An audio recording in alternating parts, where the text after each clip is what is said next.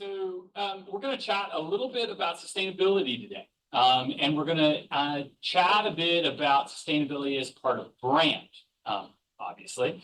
Brand finance, as hopefully many of you know, one of our main aspects of our business is calculating brand values for thousands of firms, and we do it every year. And in the last couple of years, we've developed a little bit more of some insights into sustainability as part of brand. So as we think about it, I first want to kind of quickly go over our calculation for brand value. It's one of at least a few of the big ones, and there are probably some other smaller ones out there as well. But at least help you understand from our perspective how we're thinking about, how we're talking to the CFO, how we're arming marketers and branders to actually talk to the CFO to say, hey, brand matters, right? And so we'll go through some slides with that. So the first notion of it, or the high level aspect of brand value in our view, is this notion of royalty relief. So you as brand owners are relieved from having to pay a royalty to use the brand. So the value we come up with is exactly that. It's what a company would pay to use the brand on said product and service in said category, okay? And we calculate that in a few steps. One is an overall look at the strength of the brand. Again, many different ways to do that. We do include reputation in there, right, wrong, or indifferent. We have some funnel metrics, things like that, attributes, et cetera, et cetera. And we put that on a score of 0 to 100. Everything's in context. Without context, we're how long is that piece of string? And that, that kind of level sets. That's where a lot of our work is, right? As you can well imagine, right? It's primary research. And so let's say your score, we're doing this to make the math easy, 75. Then what we do is we look at the agreements that have actually happened in the marketplace for royalty rates. So between third parties, where there are uses of said a brand in a particular category, okay? And there's that database. We also do a little margins analysis to corroborate that. That can range, small to be in the B2B world, unfortunately, right, wrong, or indifferent, to quite large, for example, as you can imagine in the luxury space. You can imagine that a Ferrari on a ball cap would probably ask for a pretty nice premium to be on that ball cap. Let's say the range there is 4%. So you can see where the math is going here. Then what we do is we do look at forecasted earnings. So we talk about that notion of risk adjustment, right? So there it is, right? That can be adjusted every single day in terms of what that is. We look at those out there, and then we take the brand strength of 75, let's say, times the 4%, that's 3%. That is your brand specific royalty rate. We multiply that out by the future forecasted earnings. We subtract taxes, net present value. There's your value, okay? Again, our methodology, something David came up with almost a little over 28 years ago. And then we continue to refine, especially on the brand strength side in terms of our analytical skills ever since. They are, every step of our methodology is ISO certified. We've chatted about ISO certifications, both from a brand evaluation, that's 20671, as well as 10668, which is from a valuation perspective. We like this because this methodology, because it's very much preferred by tax authorities, legal authorities, accountants, et cetera, because of the open nature of it, because of the database that exists out there with agreements. And because we're transparent in all our calculations that we do. So as we think about talking though to that CFO, what we've come across as we chat with marketers so that they have something a little bit more in the pocket, or a little bit more arrows in the quiver, if you will, is framing that discussion on their terms. Let's talk balance sheet, right? Let's look at how CFOs look at their business, but also we have to understand the notion of enterprise value, right? We have to understand the notion of business value, because that's ultimately what matters, right? We know there's book value, fine, but as Fran wonderfully and lovingly, thank you, set us up, right? There's this notion of intangible assets that have, largely taken over the notion of value in terms of companies. And where we would argue, where we would fit in, and where a lot of aspects to enterprise value fits in, is that notion of undisclosed intangible assets, right? Brands, franchise agreements, databases, customer lists, building your own AI, all those kinds of things that are more internally generated that are really valuable for any firm. And so as we think about that, we have to make sure that people understand that, there is value out there that has to be quantified. And what better way for a CFO to understand a value of an asset, or for a marketer's argument that, hey, an asset actually does exist in that intangible way, and brand can't have an asset value, than by calculating it as such. And that's what we do. This is just an example for Tesla. Tesla's value, in relationship is not the largest, but it's significant. It's still, a $58 billion asset, not quite 106 billion from a tangible asset perspective. But as we talk about CFOs investing in CapEx versus not, why wouldn't you want to invest in something that's, got some pretty good value to it nonetheless? So that's how we think about it, and keep that as kind of background. I know it's fast and furious, always happy to chat about this later on. But as we think about it in terms of sustainability, because in our view, sustainability, or what it brings to, is indeed part of that brand. How do we separate reputation from brand, trust from brand, all those kinds of things? Well, we got to put it somewhere. We've got to make an argument. So that's going to be our argument in this particular case. So the way we actually think about it, and we'll get there, and I know we're going to go through a lot of kind of process and methodology before we start to talk about some of the conclusions. You can hopefully start to see how sustainability can indeed be that growth driver, or be a driver, be in the conversation at least, is to think about understanding how people perceive sustainability as part of brands, right? Perception is reality? Maybe. Yes, of course it is. But there's also something a little bit more. There's actual performance, and we're going to get into that. And that's going to be really the thesis here today. It's really, we're going to be talking about that gap. Does a gap exist between how you think about sustainability for a particular brand and how they actually perform? And therein lies that opportunity, right? Therein lies that opportunity to be a driver. Therein lies that opportunity to have that conversation. So it all starts as part of our annual research that we do, and it's coming up very soon. We'll put it into field. We go after a lot of people, a lot of brands, a lot of countries, that kind of thing. But it's important to note, we've added, this will be the third year that we've done asked at least a number of questions around sustainability, and you'll see what the questions are. They're pretty short and sweet, but tell us quite a bit to help us understand what we're trying to get at. And what we've learned, at least in the first couple of years, is obviously there are results that tell us exactly that in certain areas, or in different categories, different sectors, sustainability plays a role, right? And the idea is to understand, well, what kind of role or how much of an impact, how big of a role does it play? And what we've learned so far is that sustainability can have a pretty big role as we think about consideration. So I know we just chatted, Frank, about brand preference, not dismissing that in any way, shape, or form.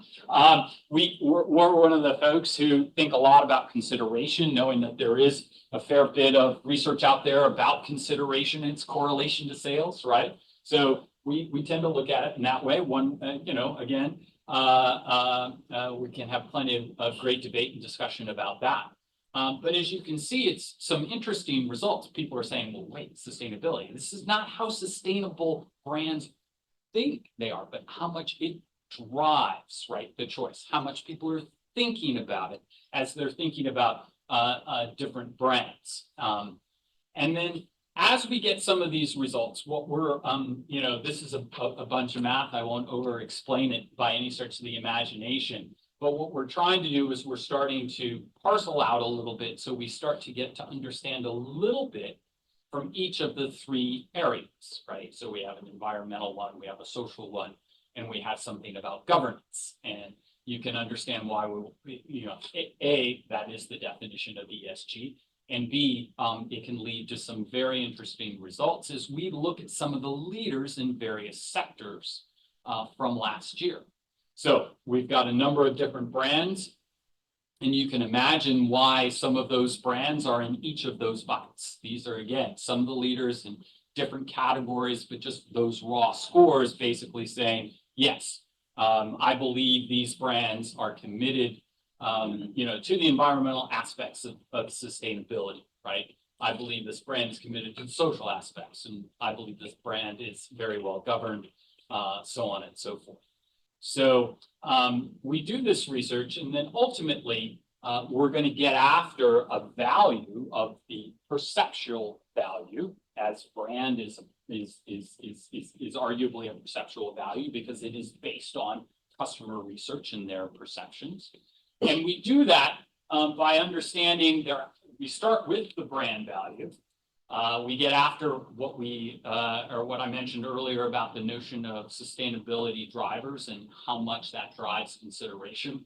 We go through the various weights to understand again how much of that brand value is actually due to those sustainable considerations.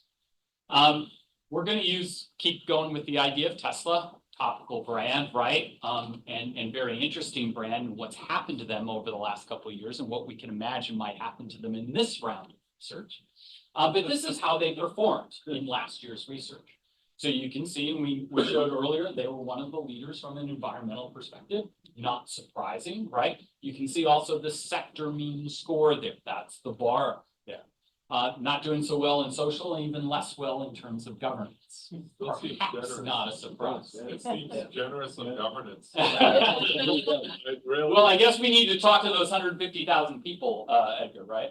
I know it seems it. So we might, we're passionate about the process, dispassionate about the results, right? We want to do the work. But if we had to bet, I wonder what those governance scores are going to look like after this year, right? Might be even more so. So let's see what happens, right? So it's good to understand this for a variety of reasons, but not the least of which it helps us to parse out the math a little bit. The math is pretty simple. You can get this figure pretty much by multiplying that figure by that figure. But at least we can start to think a little bit, if we wanted to, by each relative score, approximate value, at least from that perception or that particular element. I just want to pick up on something you were saying methodologically before, that you have this 5-point scale and then it's on a revenue adjusted weighting. What revenue? Is that the revenue coming from the respondent, or is that some kind of a revenue ascribing to the companies? To the company. Okay, so those 150,000, we don't know their financial materiality to the company. Okay, all right. Thank you. I got it. Yeah. Thank you. So let's keep this figure in the back of our minds, right? Approximately 14 billion of the 58 billion is what we're saying is their sustainability perceptions value. Okay, so that's part one. As we think about that, you can see again, these are the values of our top 10. So when we published the report, these were the top 10.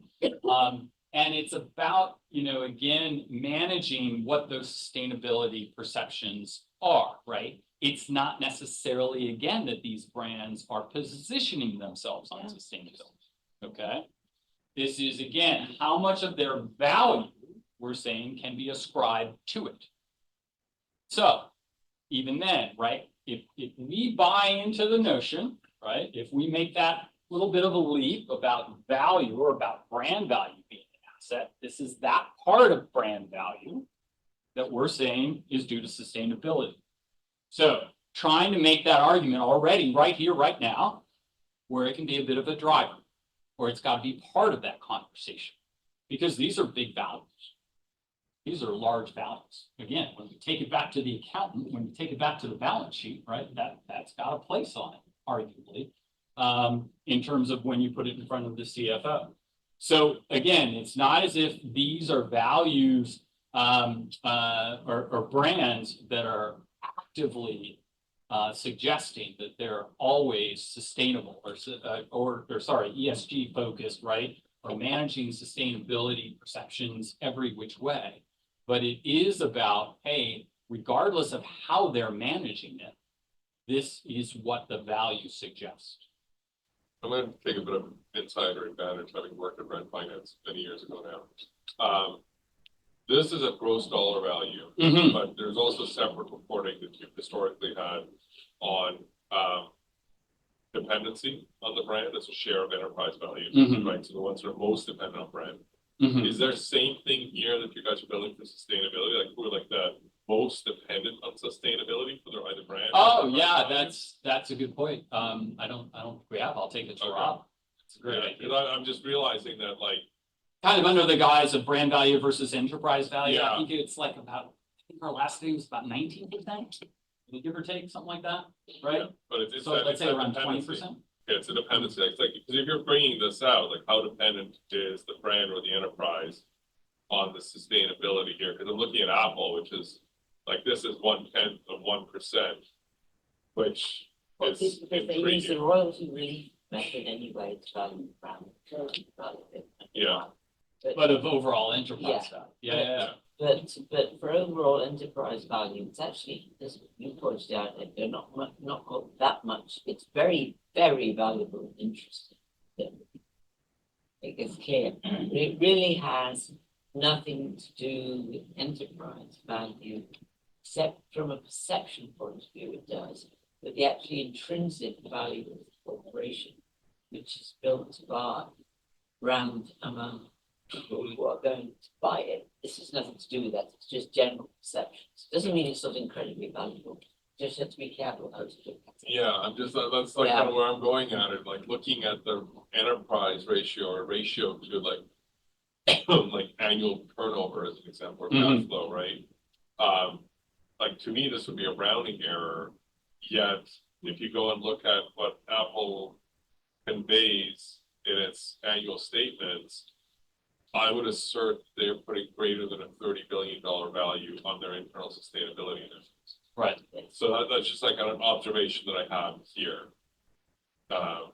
And it might be though that for Apple, because that's how they're positioned and they're thinking about it from, you know, a longer term perspective. You know, that's a little bit more, you know, from a brand perspective, because that's who their brand is. Yeah. But in terms of at least you and I answering questions and understanding how we might ascribe, it could be a little different, right? So that's interesting. Yeah, that's where a little bit of, that's one area, right, we could look at a little bit more deeply in terms of sustainability and in terms of their perceptions. There's another one which we'll talk about here momentarily. Mark, you had a question. Yeah. Do you have any source of expenditures for the companies on these activities? Just general question to the audience. You know, CSR is top of mind of almost every executives, and but it's not really. There's no source like the advertising expenditures, where we have plenty of sources, right? But nobody is really tracking what companies spend on CSR activities. So isn't that a new requirement from the EU that you need to go and have some kind of sustainability or ESG tracking? Like you need to be able to provide an audit trail on it? Is that, Not that you disclose how much you spend on it. okay. It's intrinsic decision making. A lot of ESG is intrinsic decision making. It's not just, I decide to do something about artisanal mining. By the way I develop mining in Chile, right? I decide to do it in such a way that will minimize, the need for artisanal mining. But it's just because decisions I'm making, right? Yeah, but there's a growing amount of money spent on it. The only figure I'm also asking because I'm working on that also in my research, and I was only able to come across some data which goes back to an article that was published on HBR 10 years ago or so, where they actually collected information from the top 100 companies in the US, and the amount of money that they reported to have spent on was almost 60% of what was spent on digital advertising.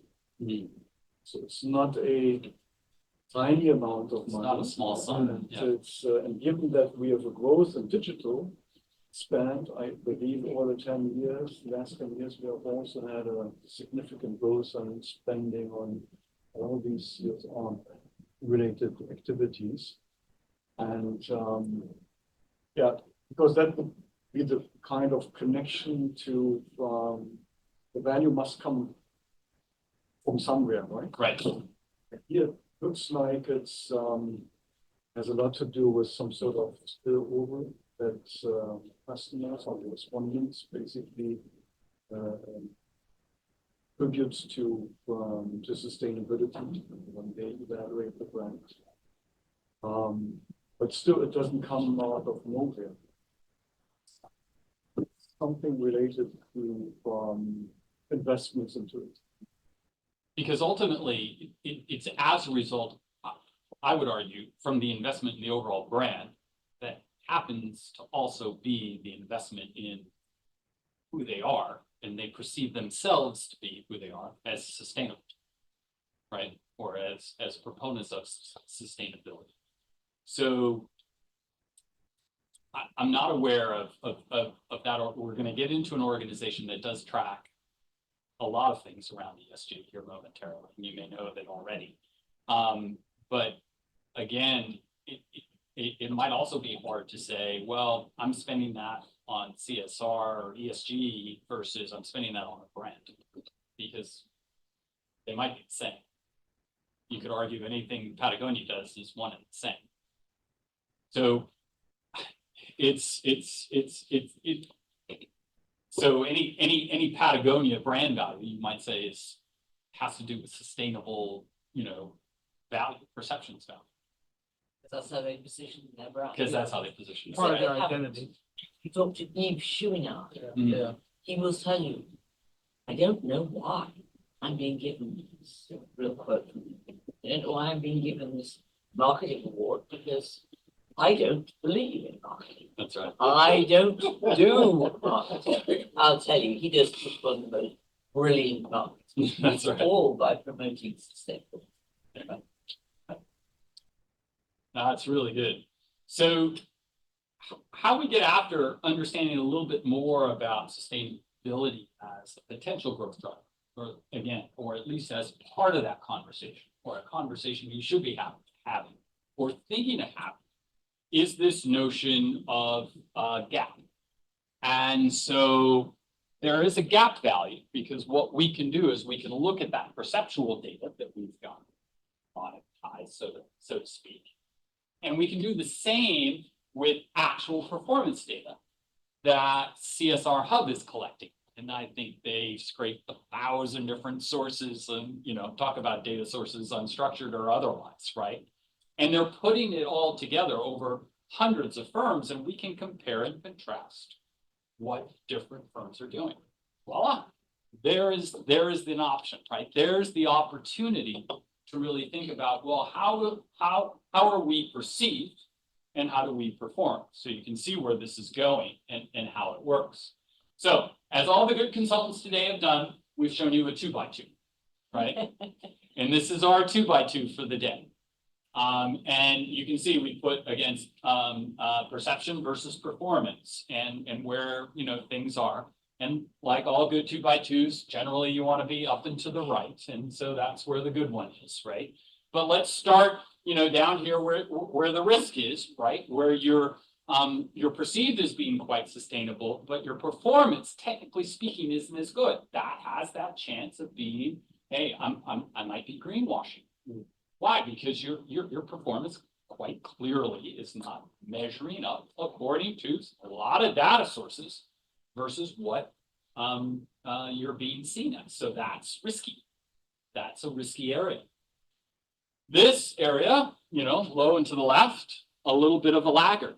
So you're not really sustainable. Maybe you don't want to be. Maybe that's not part of the brand, right? We're not Eve here, right? But we're not getting credit for it either. So then that's a choice.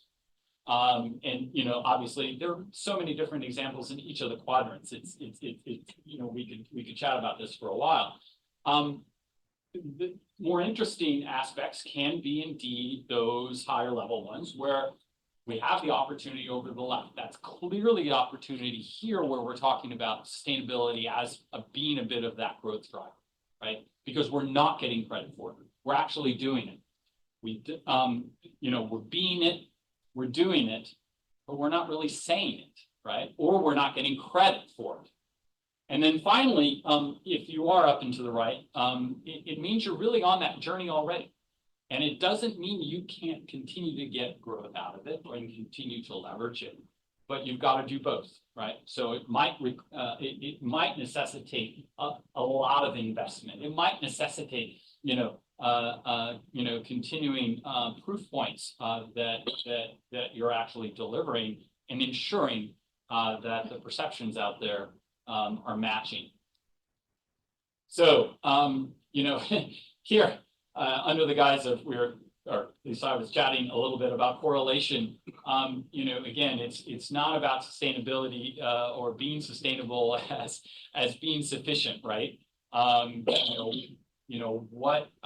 you're perceived and how you perform isn't necessarily correlated. So you've got to kind of pick your or figure out where you are, understand what your brand is all about, and understand that sustainable aspects to it and how you're going to be. So again, a lot of ink on the page. But ultimately, what we're suggesting here is that when we went through the calculation, and we continue to go through it with Tesla, they have a gap of minus $1.5 billion. Anybody want to guess what their gap was the previous year? This was for early this year, 2024. Anybody want to just take a rough guess what their gap is in early 2023? Higher or lower? Lower. Lower. Minus, want to take a guess? 25? 5. So 25. it was minus 4.5. Where's it going to be in early 2025? Sorry, they're improving? Wait, yeah. No. Oh, the gap. Yeah. All right, so I think this is the problem. You have a room of people that are a bit more in tune with Tesla, Right. and then we're out of touch with 150,000. So the gap is decreased, right? Because why? Because the perceptions. So our betting money is perceptions might go down a little bit more, and that gap actually might get more in line, right? But it's interesting, because I don't know that they've really been, quote unquote, they've been at risk of greenwashing, but I don't know that they've really done anything to minimize that risk.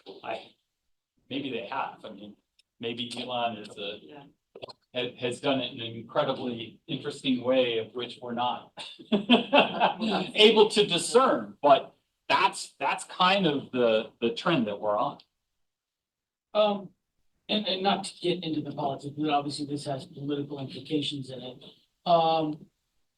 Do brands also suffer by being perceived as green by a certain portion of the market? I'm not getting into the logic of that market, But the reality of it is that there are, if you're too green, there's a whole segment of consumers who are politically seeing you as not viable, right? So is there a downside? And is that maybe what Tesla is looking at to say, look, I need to open up to this other market that doesn't believe in electric vehicles, that thinks that climate change isn't an issue, and I need to market to them. And in this case, that gap that looks like it's growing is actually spurious, because the reality is that that Tesla's entering into another market that wasn't available to them.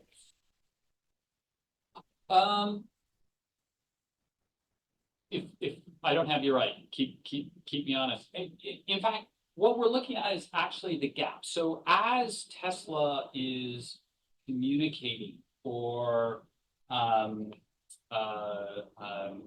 training or thinking about, market expansion, right? It's how they're talking about being in that market. So we would say with a gap of negative 1.5, right, that performance is lagging perception. If they go into a market and they want to go to a new market and they just say, hey, this is a beautiful car. This is a fast, sexy, luxury premium car. That actually might be the right thing to do for that market, because they've gone into the market, they've done the research, they've identified the segment. The segment may not care a whole heck of a lot about sustainability, right? So it may or may not have political aspects to it. I think if it does, it's almost buried a little bit in the question, which is just trying to understand a little bit more about commitment to environment, environmental sustainability, that kind of thing. So yeah, it's interesting. I kind of wonder, like, and I'm sure if Rob were here, he'd have some other ideas as well, but I kind of wonder if Tesla isn't narrowing that gap and getting in the right place, at least in terms of how people think about their sustainability, how they're actually performing, just because of the way they're headed. I don't know if it's anything conscious, or maybe it is because of some brilliance that we can't ascertain, but it could be just one of those things. Yeah. Yeah, they are suffering from the capital markets. So there's an interesting recent study in management science done by some finance guys who just looked at portfolios built by investors, which place a special emphasis on ESG. And they show that these portfolios track worse. The performance is worse. Green funds, yeah. And even more also because of the effect that those investors ask for more ESG related improvements. And so they call them ESG activists, investors, and the performance is even worse. So that's some, I think they mentioned. Yeah, I just had a thought of, Tesla was synonymous with electric cars. Now there are a lot more other companies. Hybrid cars are growing in importance. So maybe that could be one reason why perceptions are not as strong as they were before. And it could be macro, right? Like I've always had a theory about brands, right? Some brands, when and certain drivers of consideration are kind of in that bottom right-hand quadrant, where you might as a brand perform really well on, but they're just not that important to the category. But then macroeconomic changes happen, right? Things shift, trends happen. And you can either be part of it or you may not be. But if that is a driver that could be, then perhaps this is that one area where, because there are winds of change, and plus he's clearly devoted to other interests at the moment in terms of what he's doing. That maybe this is just kind of a natural evolution of things.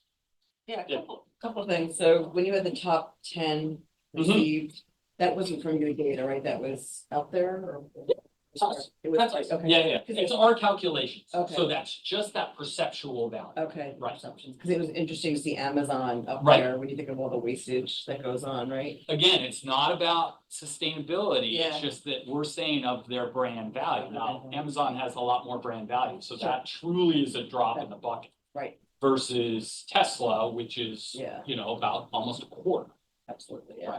So the other interesting thing is, so at our ANA Masters of B2B conference in June, we had the CMO of Michelin there, and I interviewed him, and it's just an interesting scenario in this whole realm is you wouldn't think necessarily of tire companies being sustainable, but he literally, maybe he was CMO, they literally did a whole initiative where they put out a line of tires that are just more sustainable.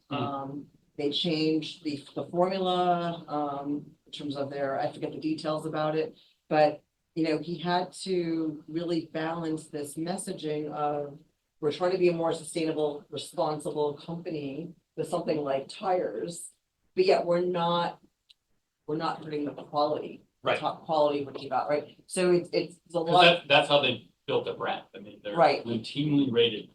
Tops, right?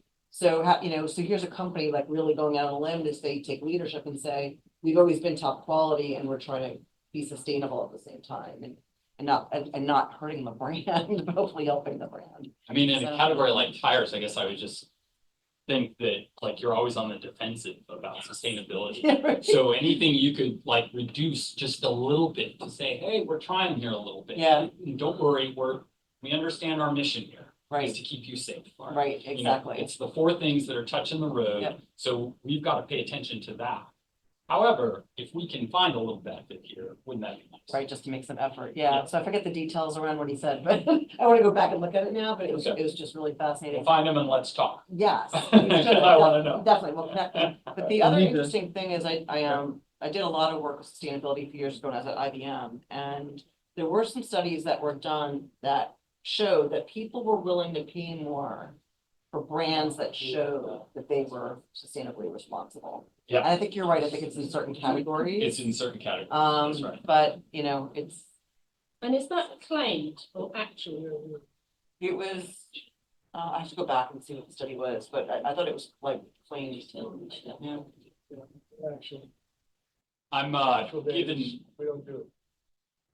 I'm given a warning to start to wrap up, but I do want to hit just a few more slides, so let me be real quick, Frank. And obviously the presentation will be available, so you'll get to see it, but these are the positive gap values. So these brands have, an opportunity, if they want, they can go out and grow a little bit more, basically, long story short. They have the opportunity to say, hey, we can, in fact, get a little bit more value, because in some ways, like a brand strength where you have higher familiarity, higher brand preference, higher consideration, higher reputation, sustainability is that kind of element of a brand. You could say, hey, I want to leverage and increase that value accordingly. So a couple of quick case studies about how that has led to growth. And the first one really is about the body shop that, initially was, going gangbusters, did a great job, had great messaging, was about sustainability, but actually almost to their detriment. They ran into some business issues, but at least they created the category, or at least defined a part of the category where others could leverage, that same experience for how they could then grow, right? And so found that really particularly interesting in terms of, unfortunate, and I was a big fan, and the few products I use, I was all about the body shop. But at least that they set the bar, if you will, and actually, help create a foundation.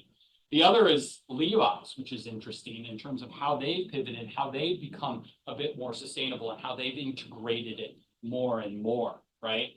In terms of, and in fact, copying our friend Eve in Patagonia, basically saying, don't buy this jacket, right? Saying, hey, wear it longer. If you've ever seen the famous interview with the CEO where he talks about having one pair of jeans for 29 years and putting them in the freezer to clean them and all. Yeah, I know, right? I have the same face. But that's how he is, and that's how it goes. And they've made it core to who they are, right? Wrong or indifferent. That's how they're going on. Again, just some conclusions to wrap up.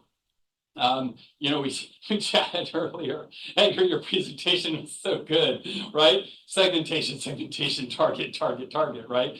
That is so, first and foremost, for any brand that wants to be thinking about do they want you to? Right. Right? You know, that would probably be a good place to start.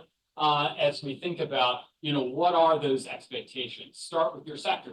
You know, again, kind of goes back to the body shop. Oh, I forgot to mention on the Levi's page, Target is having basically a big back to school denim recycling event, right? That's the segment, right? That's part of that. So Levi's is helping to inspire that, right? It's starting to get taught. It's starting to, you know, be part of, you know, kids and so on and so forth. My age kids, I mean, they're all thrifting, they're all recycling, they're all reusing. You know, that's all part of it. So it starts with the sector, and then it grows organically. Again, we chatted about walking the talk. I mean, you've got to be it, you've got to do it, and then you can, you know, you say it. Otherwise, you really risk some issues. And then finally, just, you know, under the guise for those who are like the Eve she knows of Patagonia, you know, it is indeed that beginning of any virtuous cycle. That can lead to collective action, at least for those brands that are interested in doing so. So, quick wrap up. Sorry, I went over time. Thank you for accommodating my schedule. Thank you.